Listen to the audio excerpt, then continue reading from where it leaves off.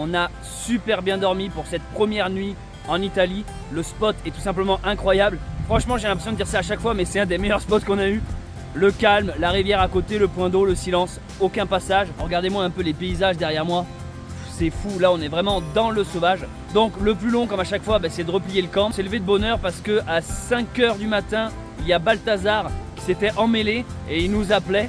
Du coup, je me suis levé en pleine nuit pour voir. Et bon, il s'était juste coincé, enroulé autour d'un arbre. Et comme vous avez pu le voir, on ne leur monte pas de clôture. On leur change simplement leurs cordes. La journée, ils ont une toute petite corde d'1 mètre. Et le soir, ils ont une corde, je crois, de 10 mètres ou 15 mètres.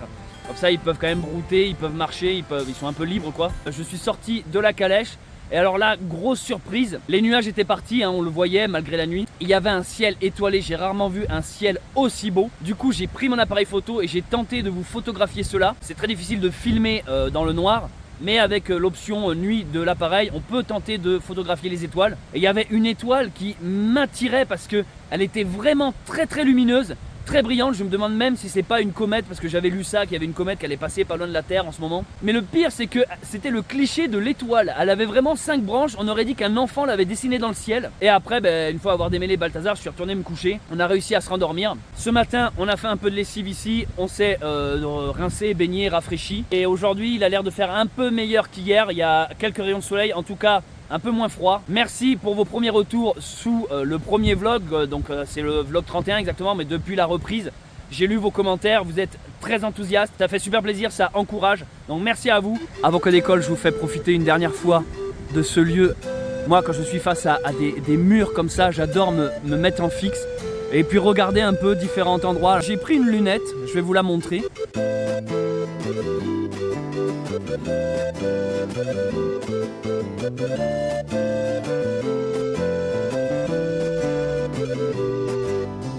Et je regarde comme ça des terrains et je me dis mais est-ce que l'homme y a été là? C'est forcément des terrains vierges où personne n'a été, je veux dire c'est tellement escarpé. Des fois je regarde aussi si je vois pas des animaux. Et là, regardez, il y a carrément une cascade qui est en chute libre. Et tu te dis mais où est-ce qu'elle démarre cette cascade? Tu sais, elle démarre dans le ciel là-haut, donc tu te dis mais il y a une source tout là-haut.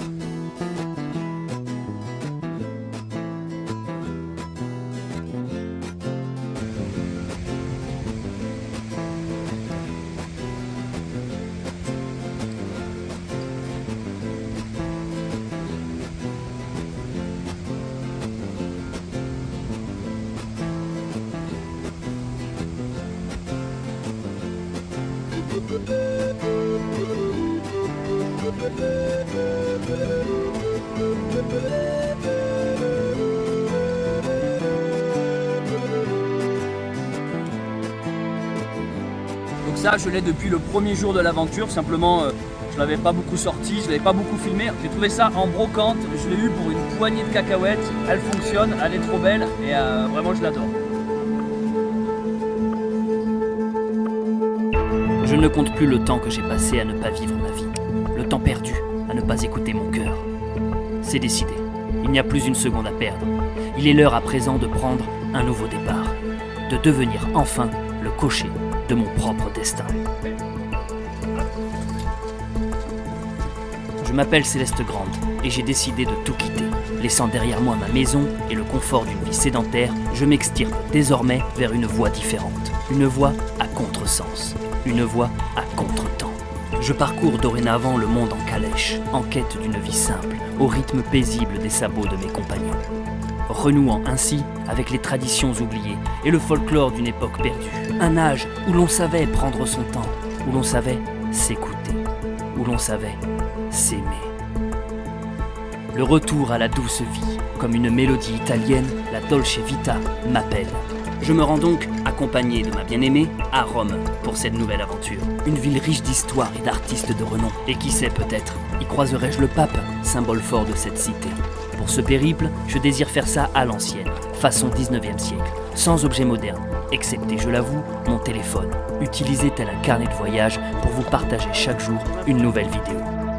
Maintenant, prenez place dans le chariot et observez l'attelage ouvrir la voie.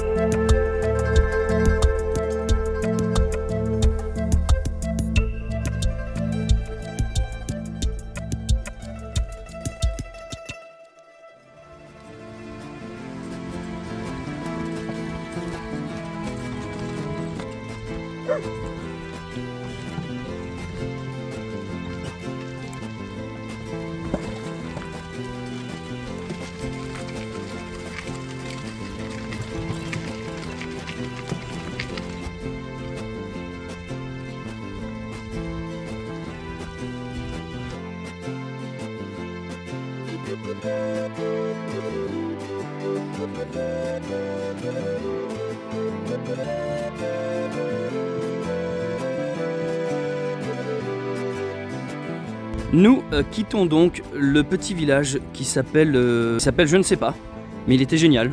Ça c'est la nouvelle carte que je découvre quasiment en même temps que vous. C'est l'équivalent de la carte française que j'utilisais, Géoportail. C'est assez détaillé. Vous voyez là c'est l'église. Et nous on a emprunté ce petit chemin pour aller là au bord de l'eau. Je me rappelle, vous aviez été nombreux lors de la partie française à me conseiller des cartes. Enfin c'est tellement pointilleux ce dont j'ai besoin. Donc celle-là elle est parfaite en tout cas pour la partie Italie.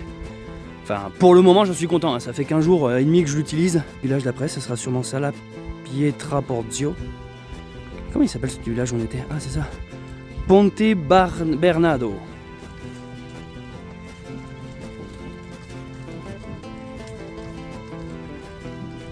Mais attends, non. Ah putain, j'ai cru que ça était un vrai.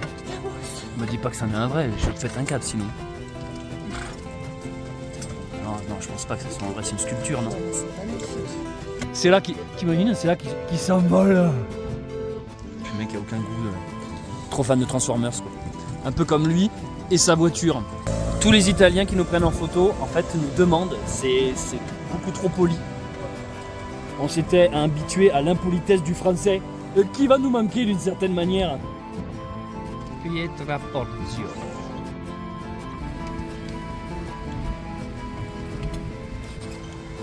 Qu'est-ce que c'est que ce panneau, les amis?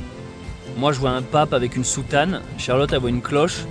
Tega voit un M&M's. Qu'est-ce que c'est que ce panneau? Une soucoupe volante à gauche. Un clocher là-bas. Un autre ici. Un devant nous. Ça fait bien. C'est un peu médiéval et en même temps, c'est très bucolique. Pendant qu'on avance gentiment, je vais aussi vous parler du compositeur de la série Le Pionnier. Donc pour ceux qui ont suivi toute cette première partie en France, Le Pionnier saison 1, vous le savez déjà, c'est Michel Leca, c'est un ami à moi qui vit en Corse, qui est compositeur. Pour cette seconde partie, Les Pionniers saison 2, c'est toujours et encore le fameux, l'ultime Michel Leca, qui nous fait des musiques sur mesure. C'est la première fois pour un si gros projet que je bosse avec un compositeur attitré. Il fait ça bénévolement, c'est simplement de l'échange artistique. Il aime ce que je fais et j'apprécie son travail. Du coup, ça l'inspire, il m'inspire et on s'auto-alimente.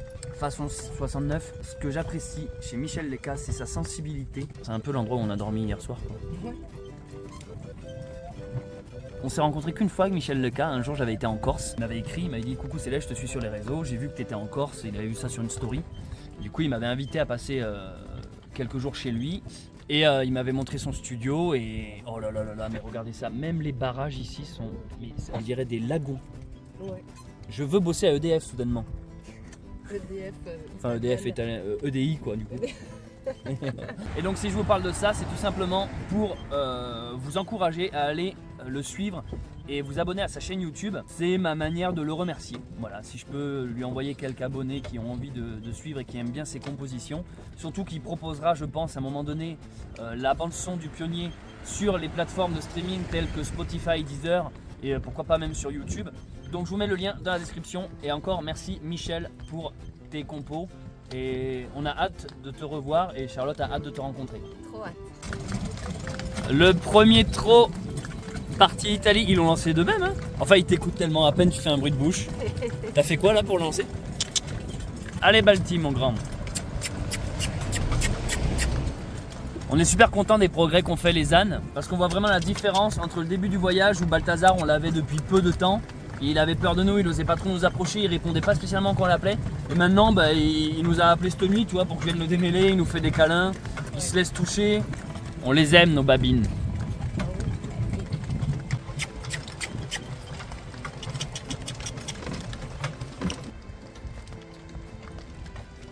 Francia, 22. Nous, on se dirige vers Cuneo. Je sais pas si on y va, mais c'est dans la direction. Tiens, on aurait pu dormir là hier soir. Ça va, trop bien. Trop bien. Comment va la touille? Alors cette touille, elle a quel âge? 10 ans et demi. 10 ans et demi? Et elle s'appelle Taiga? Taïga. Et tu l'as trouvée où? On l'a trouvé dans une poubelle. À la SPA, c'est ça? Oui. À la SPA belge? Oui. Donc elle parle belge? Wouf wouf une fois. En tout cas, c'est un magnifique chien. Donc c'est quoi comme race? Malinois, mais maintenant peut-être qu'elle est croisée vu qu'on l'a eu à la SPA. Quand elle était petite, on ne savait pas quelle race ça allait. Moi je pense malinois croisé saucisse de Strasbourg parce qu'elle sent un peu le kebab. Hein. Tu sens l'Alban qui vient de faire du vélo. Quels sont ses faits d'armes? Qu'est-ce qu'elle a fait d'extraordinaire dans sa vie un jour? Un souvenir que tu as avec elle qui t'a marqué? Mais j'ai que de super bons souvenirs avec elle. Je l'ai eu à ses 2 mois et on ne s'est plus quitté depuis. Elle te suit partout dans toutes tes randos et aventures? Partout. Tout le temps. La touille, comment va son arthrose? Au début du voyage, elle boitait d'une patte. Les gens pensaient que on la faisait trop marcher, alors qu'en fait c'est juste parce qu'elle est vieille. Comment ça va maintenant? Ben, ça va super bien. Depuis son traitement, elle a encore un tout petit peu, elle marque encore un tout petit peu de sa patte quand elle trottine. C'est quoi son traitement? Tromel. C'est un médicament qu'on trouve qu'en Belgique, c'est ça? Enfin, en tout cas en France, il n'y en a pas. Ben apparemment, ouais. C'est homéopathique, quoi. C'est à base de plantes, donc. Et ça... c'est un médoc que tu mets dans son pâté, c'est ça? Ouais. Je lui en donnais 6 par jour. Mais là, on a arrêté de lui donner. On a arrêté parce que ça va beaucoup mieux, donc ça sert à rien de lui donner des médicaments. Si on voit qu'elle a une rechute, on lui redonnera, mais là elle court, c'est comme si elle avait jamais eu mal à la patte. C'est vrai que même là, je vois quand elle monte et qu'elle descend là, dans la calèche, elle a beaucoup moins d'hésitation qu'avant. Ceci, les amis, j'en suis très fier.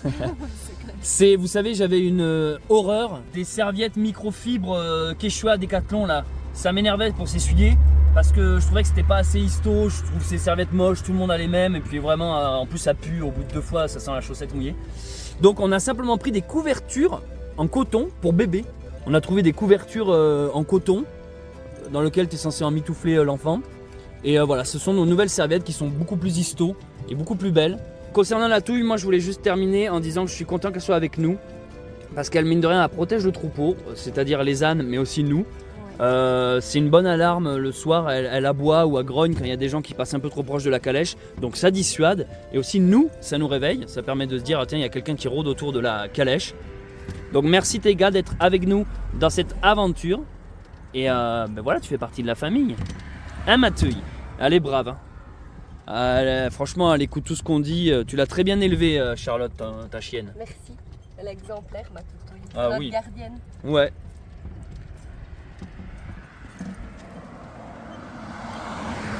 Voilà, aujourd'hui c'était une petite parenthèse sur Taiga qui nous accompagne. Je ferai un peu plus tard une parenthèse sur Sindel et aussi sur Balthazar afin de vous présenter les compagnons qui nous suivent dans cette aventure.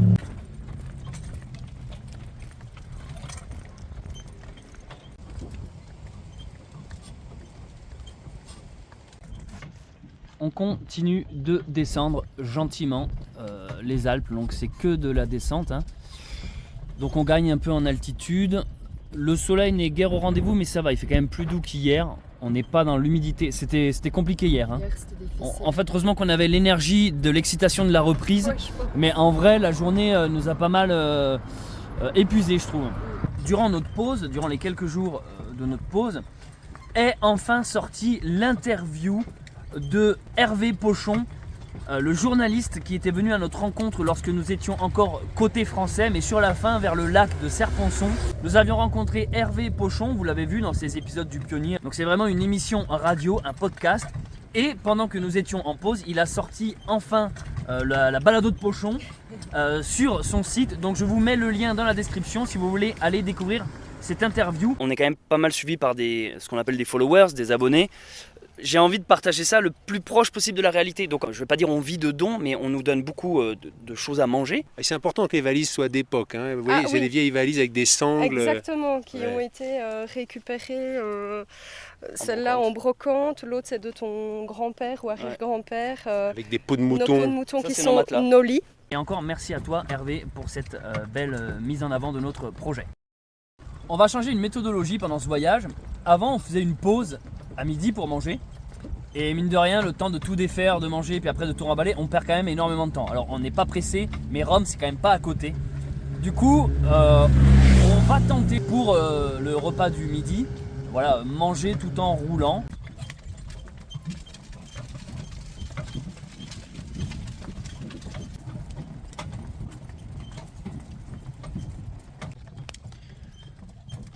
Là, c'est officiel, on est plus italien que les Italiens. On est carrément en train de se faire un café à l'italienne en roulant. Allez, on met ça là-dedans.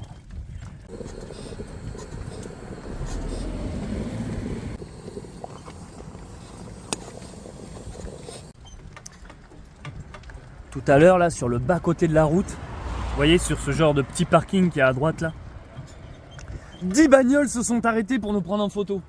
Qu'est-ce qui se passe en Italie? Charlotte? Oui. Regarde ce qu'un abonné sur Instagram m'a envoyé. Waouh. Il a fait du pop art avec nous. Waouh. Regarde, il y a plein de petites références, il y a marqué Balti là-haut. Ah, il y a une calèche. Jeux vidéo. Jeux vidéo, Compostelle. Là, il y a une autre calèche ici derrière. Waouh. Red Dead Redemption. Marilyn Monroe là. Incroyable. Merci à Val Riedi. Merci à toi mec. Ce que vous voyez en face de vous, le tracé violet là, qui coupe la France en deux, qui passe par la Suisse et qui continue en Italie, c'est la Via Francigena. Si vous voulez, c'est un peu l'équivalent de Compostelle, mais italien. Compostelle, ça part du Puy-en-Velay là, par ici, le Puy. Ça passe ensuite les Pyrénées, Pamplonne, Logrogno, Burgos, Léon, et ça va jusqu'à ici. Donc ça, je l'ai déjà fait sur ma chaîne YouTube. Vous pouvez suivre cette aventure comme le pionnier, mais ça s'appelle le pèlerin. Et donc cette année, pour Rome, je me suis dit, ben, moi je vais faire la Via Francigena, qui est un peu moins connue que Compostelle, mais qui est quand même réputée en guise de pèlerinage. Donc c'est un chemin qui va justement jusqu'à Rome. Sauf que moi, je ne suis pas parti de là-haut de l'Angleterre. Je suis parti, comme vous avez pu le voir, de Conques en Aveyron. Et là, je voulais simplement vous montrer à quel moment nous allons réellement nous enclencher dessus. Parce qu'à la base, notre premier chemin, nous, c'était de justement de passer par la Suisse pour ensuite s'enclencher dessus. Mais vu qu'on est passé par le sud, on est passé par là, par Barcelonnette, par le sud des Alpes, on va dire, on va s'enclencher dessus, voilà, quand on sera par ici, la Spezia. C'est sur le dernier quart de notre aventure, je pense, qu'on s'enclenchera sur la Via Francigena. Waouh. Petite chapelle au bord de la route. Je suis tellement content d'être en Italie, tu sais Charlotte. La dernière fois que j'y suis venu, ben, on était tout petits, c'était pendant un voyage scolaire, toi aussi, on en avait parlé dans un vlog précédent. Donc là, on va dire que c'est quasiment une redécouverte. Le truc le plus proche de l'Italie que je connais, c'est la Corse. Quand j'allais voir de la famille en Corse, on utilisait les SNCM. Donc c'était le Daniel Casanova et le Napoléon Bonaparte, c'est les deux bateaux. Et après il y a eu la concurrence qui est arrivée, donc les Corsica Ferry, Sardina Ferry, qui font un trio là, ils font Italie, Corse, Sardaigne, ou je sais plus trop exactement, et France. Donc c'était un peu les EasyJet du bateau quoi, les voyages low cost. Du coup c'est des Italiens, comment on dit, pas les stewards, mais dans un bateau on dit quoi, les marins. J'ai la vision de l'Italien qui gueule dans le bateau. Et après, comme j'en avais déjà parlé dans un vlog précédent, lorsque j'ai fait le chemin de Saint-Jacques-de-Compostelle, sur la partie espagnole, j'ai rencontré un couple d'Italiens qui avaient dans mon âge. On a été jusqu'à Santiago ensemble, donc ça a été mes premiers amis italiens. Qu'est-ce qu'on s'est marré, ils étaient trop sympas. Alors on parlait surtout anglais entre nous et j'ose espérer les revoir quand nous serons arrivés à Rome. Il y a des petites sculptures. Et là-bas derrière, je vois qu'il y a des murailles. Il y a l'air d'avoir un truc super là-bas.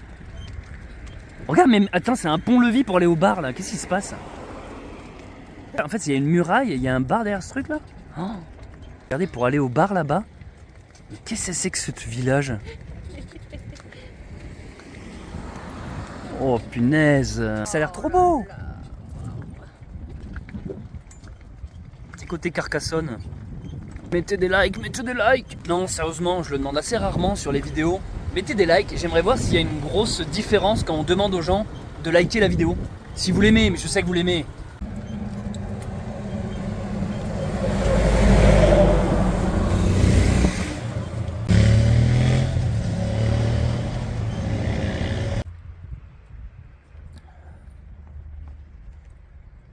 Il y a un joli Saint-Roch là.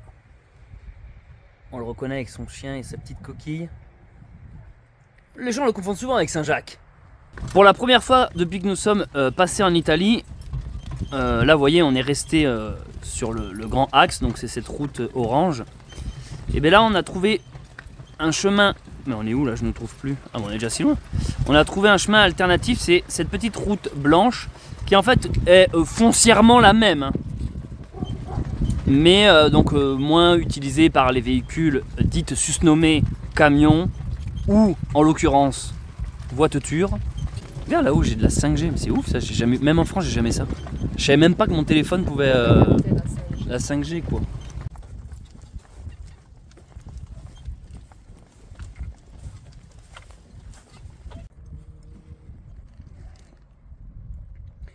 Petite pause pipi. Pour le moment, alors je sais que c'est un peu prompto. Oh, excusez-moi, je suis bilingue. Je voulais dire c'est un peu rapide à dire ça, mais on trouve que les Italiens sont vraiment gentils, hein. Ils s'arrêtent tous, ils nous parlent tous gentiment. Quand ils comprennent qu'on ne parle pas italien, ils font un effort de parler français. Ils nous prennent tous en photo. Ils sont d'une gentillesse, personne n'a klaxonné. Ils sont pas énervés. Là encore, c'est l'opposé de ce que tout le monde nous avait dit. Vous verrez, les Italiens, ils sont vénères, ils vont vite, machin, les motards, même les motards. Enfin bref.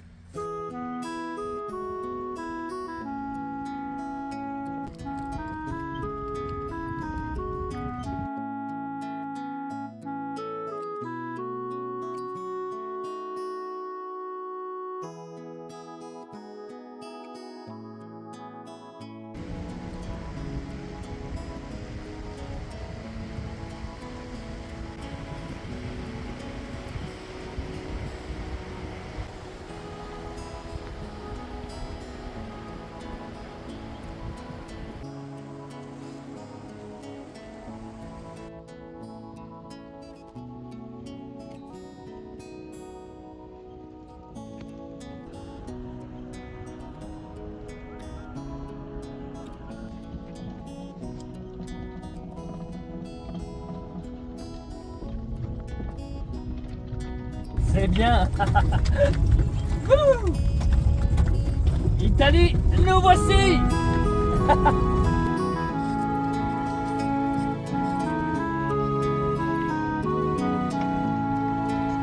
C'est vers les 18h qu'on décide de commencer à chercher un endroit où faire une pause afin d'avoir encore de la luminosité pour s'installer. Parce que installer le camp, c'est quand même une des choses qui demande beaucoup de temps. Et on aime bien voir quand on arrive si le lieu est bien, tout simplement parce que quand la nuit est tombée, chercher un endroit c'est toujours foireux en fait.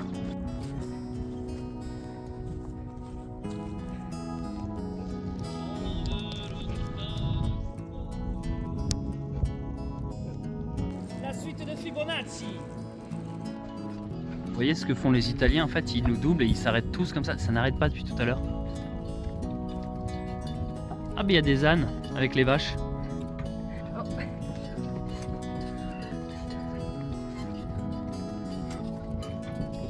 Parle-leur, Balti. Le petit village dans les montagnes là-haut. Et sur la carte que j'utilise, m'a semblé voir que là c'était des grottes. On peut aller dedans. Bon là ça nous fait un peu loin, mais elles sont impressionnantes. Elles font du foin à l'ancienne ici en Italie.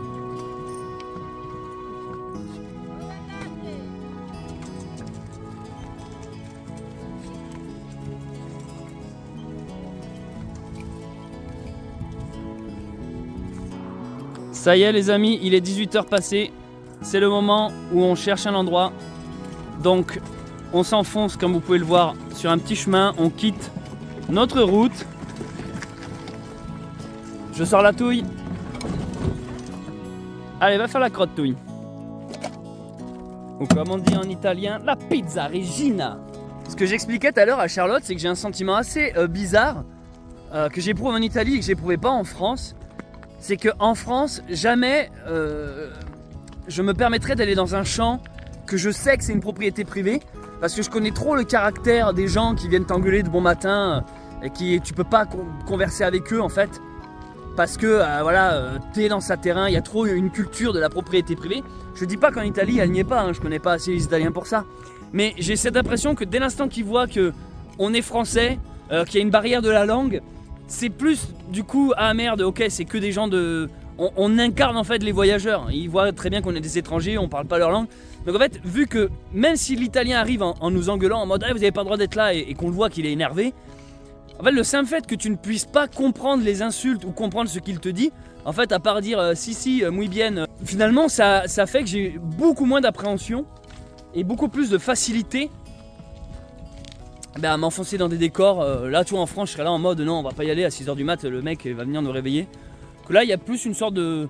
Ouais disons-le, bah les couilles. Ok, je pense avoir trouvé le spot pour la nuit. On est à côté d'une rivière, donc on a de l'eau pour les babines et pour nous. Il y a des gens qui ont déjà fait un feu, enfin... Mince, on a fait tomber des trucs derrière.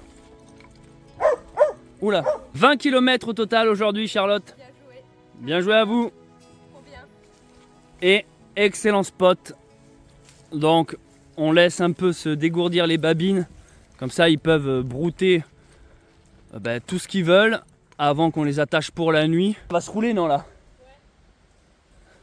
Je la connais par cœur ma babine, mais regardez-moi ça, je la connais, moi je lis dans ses pensées quoi. Allez ma grosse tourne.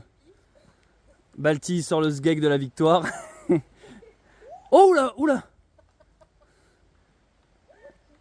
Oh mais elle en fait du cinéma elle. Et là elle va faire la babine d'énervement. Voilà. La France entière te regarde. J'ose même pas imaginer tous les ânes qui s'appellent Babine maintenant. Allez, l'autre côté, Babine.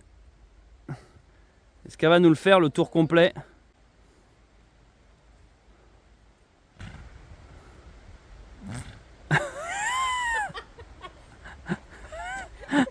Il a eu peur du paix. Il a eu peur du paix, quoi.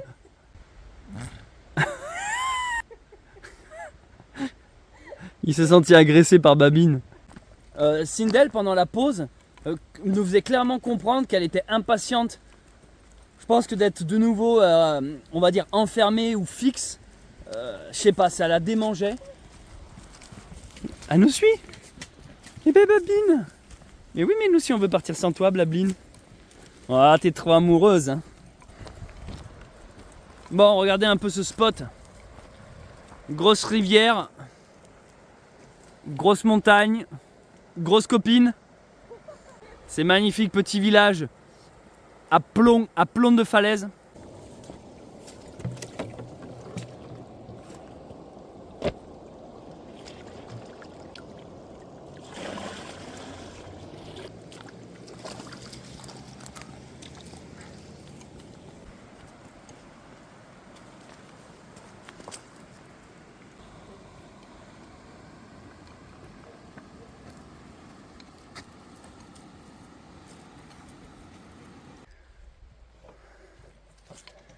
Fin de journée, 20 km, c'est un très bon score. Quand on en fait 15, c'est qu'on a bien avancé. Quand on en fait 20, c'est qu'on a très bien avancé. Et en dessous de 15, c'est une petite journée. C'est le moment calme. Le temps calme, tu sais, sans l'ancien animateur de colo, quoi. Le temps calme. Avant le souper. Donc là, il y a des petites voitures de gens qui sont venus balader leurs chiens. Balado de pochon, balado de cabot. Je vais déjà arrêter de filmer ici pour aujourd'hui parce que il faut que je monte le vlog. J'ai pas envie d'accumuler du retard. J'ai vraiment envie que les vlogs que vous visionnez soient le plus proche de nous, de la réalité, de notre présent. Plus tôt j'arrête de filmer, plus vite je vais pouvoir commencer le montage. Je vous souhaite une bonne soirée. N'oubliez pas des likes là. J'aimerais voir s'il y a une grosse différence quand vous likez. Donc n'hésitez pas à soutenir et liker, exploser le bouton j'aime. Et je vous dis à demain. Ciao ciao. Ou comme on dit ici, ciao. T'as vu là-haut Charlotte?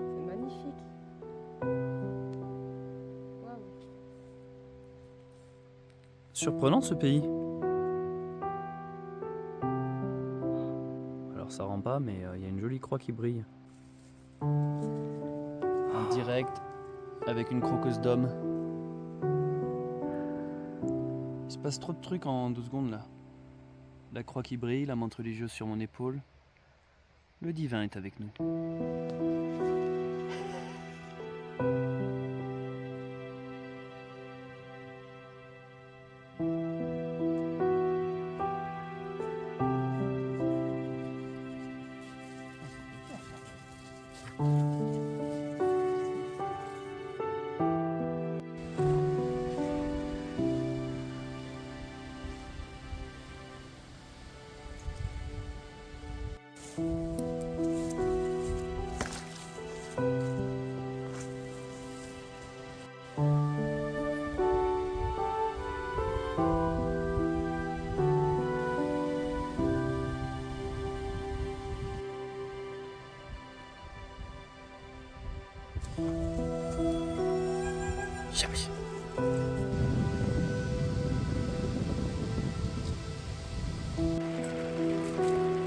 Nous étions dehors en train de nous préparer, on était sur le départ et on a été surpris par un orage.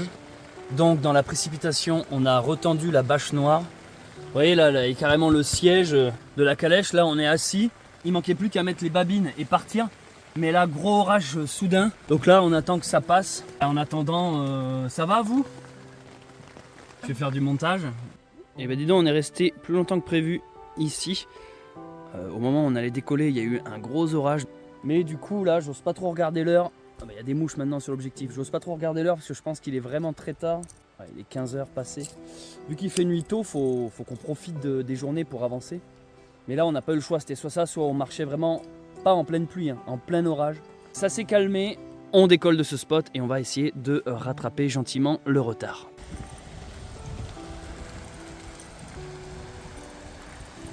Voici un petit village italien dans lequel nous n'allons point aller. Car pour vous expliquer grossièrement, il y a une rivière. D'un côté, c'est plutôt une grosse route empruntée à un grand axe. Et de l'autre côté de la rivière, c'est plutôt petit chemin de campagne. Mais les deux vont à la même direction vers Cuneo. Pas de chance pour nous. Aujourd'hui, c'est de nouveau une journée sous la pluie. Mais alors maintenant, on a une technique. C'est qu'en fait, on met ce petit arbre sur nos genoux, comme des petites grand-mères qui se couvrent les jambes. Et dessous, on met une petite couverture en laine. Puis voilà. Céleste, Oui, écoute, merci, grazie mille. nous adorons la France, merveilleuse, et quand je serai mieux en santé, Bonjour Matouille. Ciao, Dis bonjour Matouille. ciao, meraviglia. Toutou. Ciao, guarda, Bonjour Matouille. Oh Matouillette. On était en train d'avancer doucement sous la pluie. Quand soudain on a vu deux personnes sortir de leur voiture et venir nous parler. D'ailleurs je pense qu'ils vont nous doubler dans quelques instants, ils sont derrière nous. C'est la petite voiture derrière là. Et alors ce sont deux Italiens qui nous ont dit ciao Céleste et Charlotte, et du coup on a compris qu'ils nous suivaient vu qu'ils connaissent nos prénoms. Donc on a des abonnés italiens. Ils sont venus de Turin qui est au nord par rapport à là où nous nous situons. Loin. Ils sont venus de loin et alors ils étaient très émus de nous rencontrer. Oui. Apparemment ils nous suivent depuis très longtemps. Le mari Aldo ne comprend pas très bien le français mais il regarde quand même les vidéos. Oui. Quant à elle, Regina me suit depuis longtemps. Alors ils nous ont offert un vin de chez eux, de leurs voisins, c'est Ouais. ça? Et ils nous ont offert une petite enveloppe qu'on n'a pas encore ouverte. Ils nous ont dit c'est pour vous réchauffer dans un petit resto. Oh putain, mais c'est cool là. Non mais c'est beaucoup trop quoi. Wow. Mille merci, Regina et Aldo. Merci beaucoup. Eh, les Italiens, vous nous faites énormément de dons. C'est beaucoup trop quoi. C'est trop gentil, merci. Ouais, moi qui lui avais promis un resto hier soir, grâce à vous, je pourrais tenir ma promesse.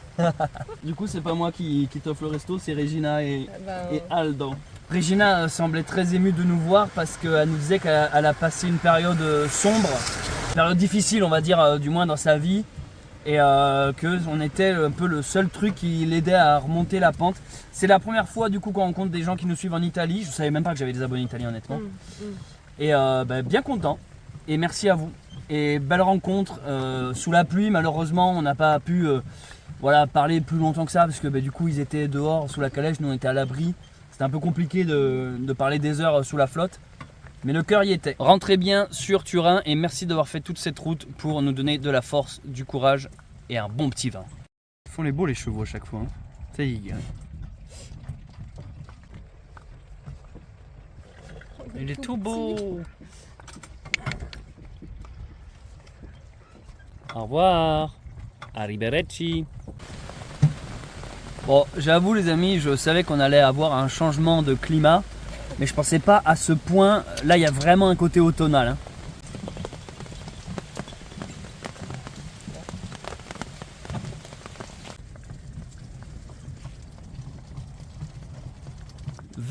que la route est très calme et que nous sommes sous la pluie et que c'est du plat surtout, donc ça permet que Charlotte et moi on puisse être à l'abri dans la calèche. Je vais profiter de ce temps calme pour répondre à une question que vous avez été nombreux et nombreuses à me poser, et je comprends pourquoi.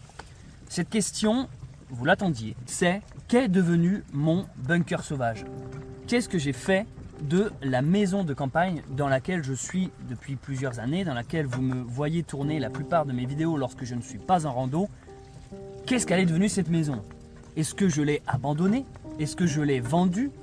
Est-ce que je l'ai mise en location sur Airbnb, Booking.com, Booking.yeah? Est-ce que je l'ai léguée à mes enfants du futur ou à la grosse babine? Tout d'abord, je vais récapituler pour les personnes qui ne connaissent pas vraiment la chaîne Bunker Sauvage, qui l'ont découvert depuis peu et qui ne voient pas de quoi on parle.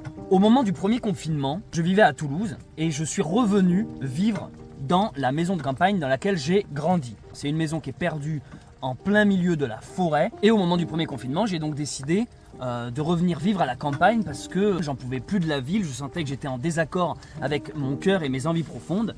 Et finalement, le premier confinement m'a, comme beaucoup de gens je pense, donné envie de me concentrer sur les choses importantes. Et c'est à ce moment-là que d'ailleurs ma chaîne YouTube s'est renommée Bunker Sauvage, parce qu'elle ne s'appelait pas comme ça au début, elle s'appelait Super Infini, puis Grain de Sel, et enfin Bunker Sauvage. Et c'est surtout à partir de ce moment-là où j'ai donné une nouvelle direction à mes vidéos. Elles ont été axées plus sur le thème de l'autonomie et sur le thème de la survie. Je donnais des astuces de survivaliste. Ces thématiques-là, on les retrouve toujours plus ou moins de manière évidente dans mes vidéos, c'est toujours en ligne de fond, mais on va dire que la partie randonnée, aventure et aspect philosophico-spirituello, balado de pochon a pris un peu le dessus, parce que j'ai ce besoin 50-50 d'être, on va dire, automne-hiver sédentaire dans une maison, et printemps-été, au moment où il y a les énergies qui s'emballent, être plutôt en mouvement, dans l'inconnu, l'exploration. Bref, j'essaye vachement d'écouter un peu ce que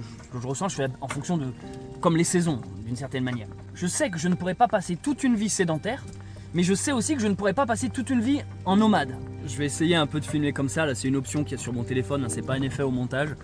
Comme ça vous pouvez voir un peu le décor devant et ma tête. Donc le concept de ma chaîne, c'était tout simple. En gros, on suivait un mec de 30 ans revenir à la campagne et se lancer dans l'autonomie et la survie, être dans une maison et finalement essayer d'être autonome en énergie. Donc j'entends par là l'électricité, l'eau, être autonome en nourriture. Vous m'avez vu faire mon propre jardin, fabriquer une serre avec du cellophane. Vous m'avez vu filtrer mon eau, faire mon fromage, faire de la viande séchée. Il y avait tout un aspect aussi bushcraft. Vous m'avez vu faire les abeilles, mon miel, fabriquer des meubles, fabriquer un arc. Je vous ai surtout présenté à ce moment-là mon animal de compagnie qui est Niaou, mon chat, qui est toujours vivant. C'est des membres de ma famille qui s'en occupent pendant que je suis en vadrouille. Bref, vous avez vu tous ces aspects sur ma chaîne qui en fait, vous suiviez tout simplement une sorte d'ermite 2.0 qui vit à la campagne et qui partageait régulièrement son quotidien. Vous avez été nombreux à me découvrir à ce moment-là. D'ailleurs, vous m'en parlez souvent. La plupart des abonnés que je rencontre, c'est « Ah, je t'ai découvert au moment du confinement ». Et après, ma chaîne YouTube a pris une tournure, voilà, comme je disais, un peu plus rando. Alors, cette maison, pour commencer, c'est une maison de campagne que moi, j'ai décidé d'appeler Bunker Sauvage parce que voilà, c'est un petit endroit perdu dans la nature. Et vu que je parlais avant tout d'un côté survivalisme, le mot bunker me semblait approprié, bien que maintenant, je reconnais que je suis un peu moins axé survivaliste et donc le mot bunker peut-être sonne un peu plus faux sur ma chaîne YouTube, mais bon, pour l'instant je laisse le nom de cette chaîne ainsi. Si un jour je dois renommer ma chaîne YouTube, ça sera simplement Céleste Grande tout simplement. J'en avais marre de payer un loyer hors de prix à Toulouse alors que finalement je pouvais aller à la campagne, mais le souci de cet isolement, c'est que psychologiquement ça m'a impacté de quitter ma vie très active sur Toulouse avec les amis, les beuveries un soir sur deux, tous les copains, toutes les copines, et d'un coup de se retrouver isolé. Ça n'a pas été facile, mais c'est aussi une expérience que j'ai voulu vivre et d'ailleurs que j'ai partagée sur les réseaux. Je vous étalais mes états d'âme, vous m'avez vu parler de la solitude, vous m'avez vu parler de mon rapport aux femmes, vous m'avez vu parler de mon travail, vous m'avez vu en fait essayer vous m'avez vu presque grandir, vous m'avez vu me chercher. Donc si vous voulez suivre toute notre histoire et finalement nous découvrir, eh bien vous avez juste à vous taper les vidéos dans l'ordre, tout simplement de publication. Donc cette maison, est-ce qu'elle est ou est-ce qu'elle était à moi? Eh ben non, elle n'a jamais vraiment été à moi. C'est une maison familiale qu'on se prête entre différents membres de la famille. J'ai eu la chance de pouvoir l'habiter et y vivre pendant, je crois, 3 ans, il me semble, à peu près. Donc, qu'est devenue cette maison maintenant que je suis parti sur les routes en calèche? Eh bien, le hasard fait bien les choses. Au moment où j'éprouvais une envie de changement, premièrement, j'ai rencontré Charlotte. Et deuxièmement, j'ai un membre de ma famille qui était parti à l'étranger, qui est revenu en France et qui, on va dire, avait besoin de cette maison. Et moi, ça tombe bien, j'avais envie de nouveautés, donc je lui ai laissé. J'ai simplement quitté le bunker sauvage afin qu'un autre membre de ma famille puisse en jouir. Mais la bonne nouvelle, c'est que j'ai pu laisser sur le terrain du bunker, donc dans la forêt, mes abeilles, et j'y ai toujours mon petit jardin, et tous les arbres fruitiers que j'y ai plantés, on va dire que c'est mon garde-meuble, où j'ai pu mettre tout ce que j'ai pas là. Je sais pas, par exemple j'ai un vélo, je l'ai pas pris avec moi en rando, donc j'ai laissé mon vélo là-bas. Parce que pour le moment, ça dérange pas la personne qui y vit. Est-ce que j'y retournerai de temps en temps? Oui, je retournerai de temps en temps au bunker sauvage pour m'occuper des abeilles, mais aussi et surtout ramasser les châtaignes. Car sur ma chaîne YouTube, j'ai fait une vidéo qui parle des châtaignes, comment on utilise la châtaigne et comment c'est le super aliment dans une optique d'autonomie et de survie. Vous m'avez vu faire mon pain de châtaigne, ma propre farine de châtaigne. Tout ça, j'aimerais continuer. Avec Charlotte, on aimerait faire notre miel avec les abeilles, continuer à faire de la farine de châtaigne et vous les proposer. Voilà, vous les proposer à la vente. Charlotte aimerait bien aussi se lancer dans de l'artisanat, par exemple. Tout ce qui est plantes, thé, tisane, etc. Cosmétiques, macérat, huileux, baume, confiture aussi. On aura le jus de pomme aussi que l'on fera. Et la pyrogravure aussi.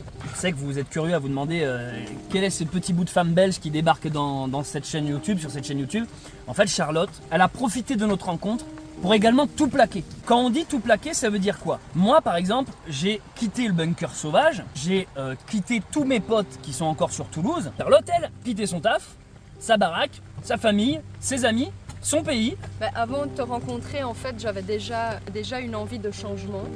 J'ai eu la chance au final de ne pas être reprise dans mon ancien métier. Je n'ai pas été reprise où je travaillais.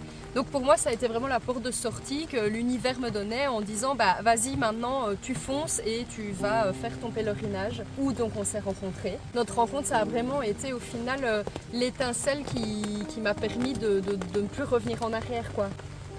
Moi, parallèlement à ça, j'avais trouvé donc la calèche sur Le Bon Coin. Bon, ça, j'en ai déjà parlé dans une autre vidéo. J'avais les 2 ânes. J'avais déjà ce projet de partir à Rome en calèche. Donc, on s'est dit, en attendant de savoir où est-ce qu'on va habiter, viens, on fait vraiment une vie de nomade. On dort dans la calèche, on vit en calèche. On sait pas combien de temps on va en avoir là, dans 1 mois, 2 mois, 3 mois. On se laisse le temps de réfléchir pour l'après. Pourquoi j'ai mis du temps à vous répondre à cette question? C'est parce qu'en fait, je trouve que j'ai tellement de choses à dire que j'attendais un peu une journée molle comme aujourd'hui, pour avoir le temps d'en parler. Où est-ce qu'on va vivre à notre retour après la fin du voyage à Rome? Actuellement, on a la calèche, on a le gros camion blanc dans lequel on peut transporter la calèche et les babines, et on a mon camping-car. Mon camping-car, je vous en parle pas beaucoup. Pourquoi? Parce que actuellement il est en PLS, il est en réparation. Il a un truc assez grave, c'est un truc au moteur. Et le pire, c'est qu'il est bloqué dans le nord de la France. Il est même pas vers le sud, en Occitanie. J'ai dit au garagiste, je lui ai dit, écoute, j'y tiens ce camping-car, c'est un véhicule de collection. Vous m'avez vu le retaper chez Sébastien, dans le nord de la France, tout l'aménager, le rendre autonome. Et c'est notre seule maison pour le moment. J'ai espoir qu'à la fin de l'aventure Le Pionnier, lorsqu'on reviendra en France, que ce camping-car soit réparé et de nouveau utilisable. Et ce sera pour Charlotte et moi, dans un premier temps en tout cas, notre nouveau logement, notre nouvelle maison. Comme je le disais, le bunker sauvage, vu que c'est un membre de ma famille qui y vit maintenant, tant que j'ai pas trouvé un nouveau terrain, mes abeilles sont là-bas, mes châtaignes sont là-bas, tous mes arbres fruitiers. Alors les arbres fruitiers, je vous explique de quoi je vous parle. Les pommes, les poires, les cerises, les framboisiers, groseilliers, ça on en a beaucoup de groseilliers, et le raisin depuis peu. Alors ça c'est surréaliste. Pendant notre pause là, avant de repartir en Italie, on y a été quelques jours au bunker sauvage parce qu'on avait des affaires à y récupérer. Magnifique l'arbre là. Regardez cet arbre là. Wow. Châtaignier. Châtaignier d'ailleurs. Et on est retourné au bunker sauvage justement pour nous occuper des abeilles. Et là Charlotte, qu'est-ce qui s'est passé? Malheureusement, pas de miel cette année. Rien. Alors qu'on a 3 ruches. Est-ce que canicule ou quoi ou qu'est-ce, enfin bref, mauvaise année. Pour nous en tout cas. On n'a rien eu. Mais quand je vous dis rien eu, c'est rien eu. La hausse, ce qu'on pose pour récolter le miel, n'a rien donné. Vraiment, on les a laissés plusieurs mois quand on a récupéré la hausse, c'est comme si on l'avait posé la veille. Ce qui est trop marrant, c'est que le même jour où on découvre qu'on n'a pas de miel et qu'on était donc déçus, Charlotte va se balader au fond du jardin, au fond du terrain et tombe sur les raisins de cette vigne qui n'avait pas donné depuis mais des années. Quand je dis des années, peut-être 10 ans. Enfin, moi, j'ai jamais vu un seul raisin sur cette vigne en fait. Je pensais même que c'était un pied de vigne qui était mort. Et ben, je peux vous passer des images de ça quand on a découvert la vigne. Et du coup, quand on s'est dit, vu qu'on n'a pas eu de miel cette année, on va se venger. On va faire du vin, une cuvée spéciale bunker sauvage. Donc je vais vous montrer un peu tout ce qu'on a fait pour faire notre propre vin. Et là, pendant que nous sommes partis en Italie, en plus le vin c'est l'alcool un peu italien, tu sais, on a tout laissé macérer, c'est dans une cuve de fermentation, vous allez voir tout ça, je vais vous passer les images. Et donc ça fait partie des nombreux trucs, lorsqu'on va rentrer, on s'occupera. Je vous passe les images. Bonne nouvelle, on a enfin du raisin. Il est délicieux. Il est excellent. Regardez tout ce qu'on a. Ah putain, mais ça va haut? Mais qu'est-ce qui s'est passé? Mais attends, mais c'est n'importe quoi, qu'est-ce qui s'est passé?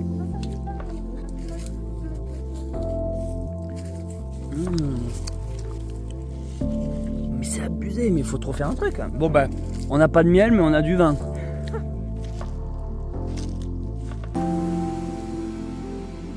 On va tenter de faire du vin.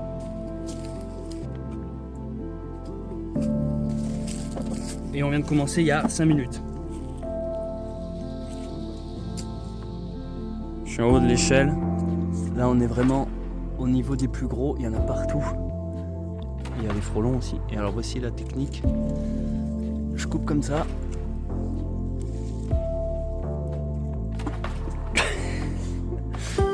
Désolé. Attention Charlotte, à nouveau. Bien joué, tu l'as eu. Ils sont magnifiques.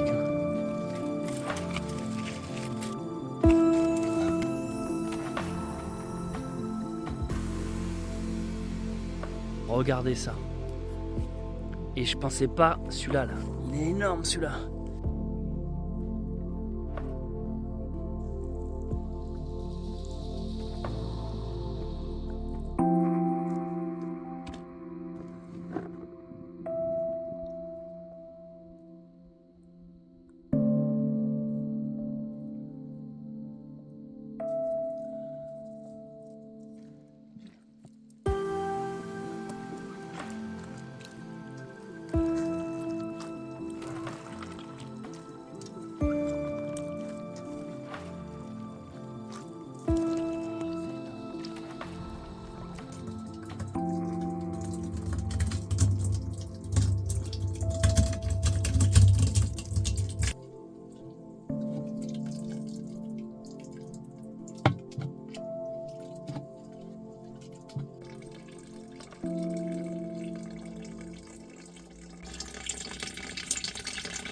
Je fabrique ici une petite sortie spéciale afin que ça fermente dans la cuve mais que l'oxygène ne rentre pas. J'ai raccordé au robinet un tuyau de plastique qui va aller terminer dans un verre d'eau.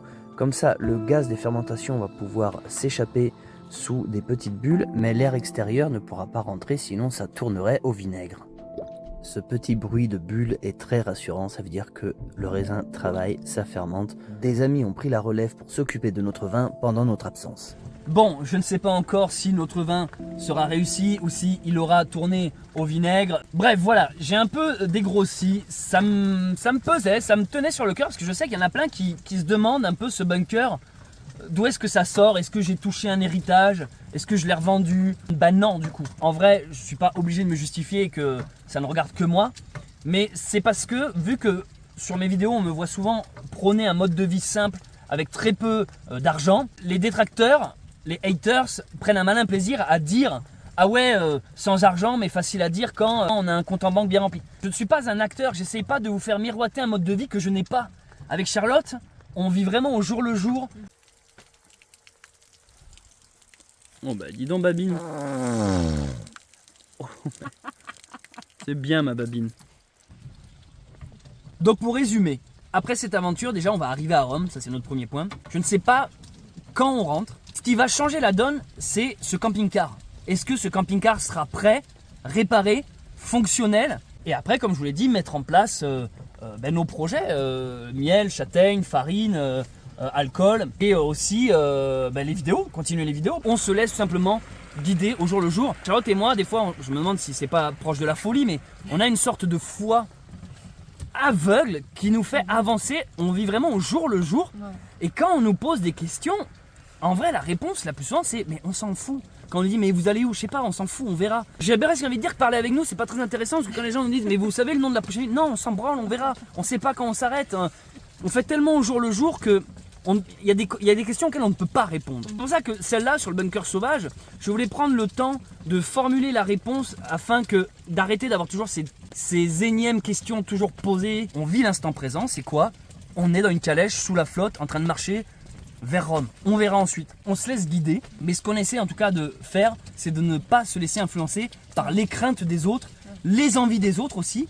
Peut-être toujours, ah vous devriez faire ça, ou ah je vous verrai bien comme ça, même sous couvert de bonnes intentions. Oui. Des fois c'est toujours les éléments extérieurs qui essaient de nous influencer, parce que les gens ont envie qu'on copie leur modèle de vie, ou qu'on ressemble à leur idéal. En fait tout ça, ça nous emmerde. Donc nous on est un peu des antisociaux, on fait notre vie, on la partage, et qui même nous suivent, j'ai envie de dire. Tout ça pour vous dire que Charlotte et moi, à notre retour en France, on a pour projet de vivre dans le camping-car lorsqu'il sera réparé.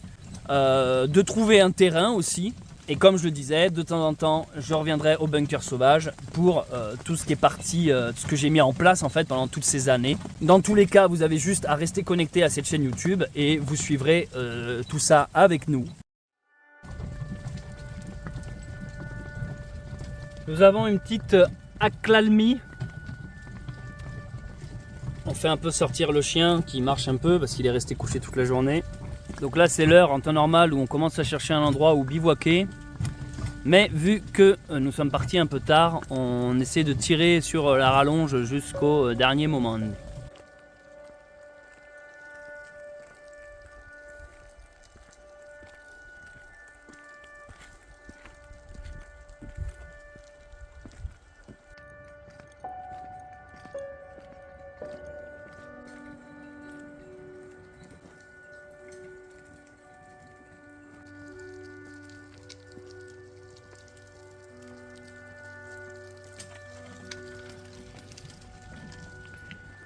Il a plu littéralement toute la journée et seulement maintenant ça s'est calmé. Donc moi j'en profite un peu pour me dégourdir les jambes. En fait j'ai pas l'habitude de rester assis et ça me manque la marche quand même. On vient de rencontrer une blogueuse espagnole, italienne, mais elle avait une tête d'espagnole. qui nous a interviewé, donc on passera peut-être sur son Instagram. Je vous l'affiche ici si vous voulez aller la suivre. Ah ouais, bah c'est super ici. Et pendant ce temps, Charlotte nous a trouvé un spot en étudiant la carte. Là-bas, vous voyez, il y a un petit pont. C'est la route qui mène vers Cuneo. On est parti sur le côté, on a suivi un chemin de terre. Premier point positif, accès à l'eau immédiat pour nous, pour les babines. Deuxième point, superbe vue. Troisième point, espace plat dégagé avec de l'herbe pour les babines. Et alors ce qui me fait rire, ça fait quelques temps qu'à chaque fois qu'on trouve un spot, il y a déjà des ronds de feu. Il y a vraiment un côté jeu vidéo, genre le symbole qui te dit ok je peux sauvegarder ma partie ici, recharger notre mana quoi. C'est un cliché ce truc là. Là maintenant on doit se dépêcher avant que la nuit tombe, donc je vais arrêter de filmer. On a tout le camp à monter. Je vous dis à demain pour une nouvelle vidéo. Allez ciao! J'avais envie de laisser après le au revoir parce que d'habitude je coupe, mais là j'ai envie qu'ils voient qu'est-ce qui se passe après. Ah, les coulisses. Ouais, les coulisses. Bon, on va au resto? On va à l'hôtel? Il est où le camion, putain? Il est où le camion? Bon, comment on dégonfle les ânes là, qu'on les remballe? Il est où le sèche-cheveux? Allez, babine, dégonfle-toi. Je dis, est-ce qu'on attache les ânes là-bas aux arbres? Moi je dirais nous on se fout là-bas, on sera un peu protégé de la... Et les ânes, on les met genre là, ici? Ah oui, là, ici c'est pas mal. Après Baltique aime bien aller dans les buissons. Ouais, Tu peux être sûr qu'il va se barrer là-bas quoi. que là-bas, je pense que ça... Non, ils vont se coincer avec les rochers. Je vois trop la scène. T'as vu Babine à chaque fois? Oui. Regardez. Qu'est-ce qu'il y a, papy? Qu'est-ce qu'il y a Babine? On arrive, Babine? C'est fini journée? Tous les soirs en fait, à sec quand on a fini. C'est fini journée, papy? C'est trop bizarre. À sec en fait je crois qu'elle a enregistré que quand on me voit devant en train de gigoter, c'est ah on va bientôt avoir fini. C'est trop marrant, elle est quand même sacrément intelligente elle. Ici Charlotte on sera à l'abri sous l'arbre. Ah ouais c'est trop bien. Tu nous as trouvé un pur spot. Hein. Allez pour terminer cette journée, on va goûter le vin qui nous a été offert par Regina. et Aldo.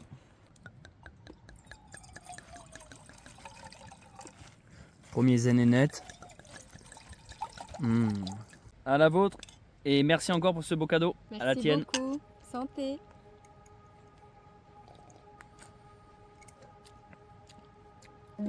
Oh, molto bene. Ou comme on dit, mamma mia. Il est bon, hein? Et franchement, il est bon. Moi qui d'habitude aime le vin, c'est pas de phrase. Quoi. Très honoré, cher ami italien, que vous répondiez aux clichés qu'on a de vous. C'est-à-dire que vous nous offrez du café, Du vin. il manque plus que la pizza et on aura coché toutes les cases. Merci. Merci d'avoir visionné ce vlog, j'espère qu'il vous a plu. Si vous me découvrez avec cette vidéo, n'hésitez pas à vous abonner et à activer la cloche. Si vous me connaissez déjà, laissez un commentaire, je les lis tous, et mettez un pouce en l'air, ça encourage grandement. Merci aux personnes qui font des dons sur Tipeee, et également à ceux qui ont rejoint les membres et soutiennent la chaîne. C'était Céleste Grant, et je vous dis à très vite pour un nouvel épisode du Pionnier.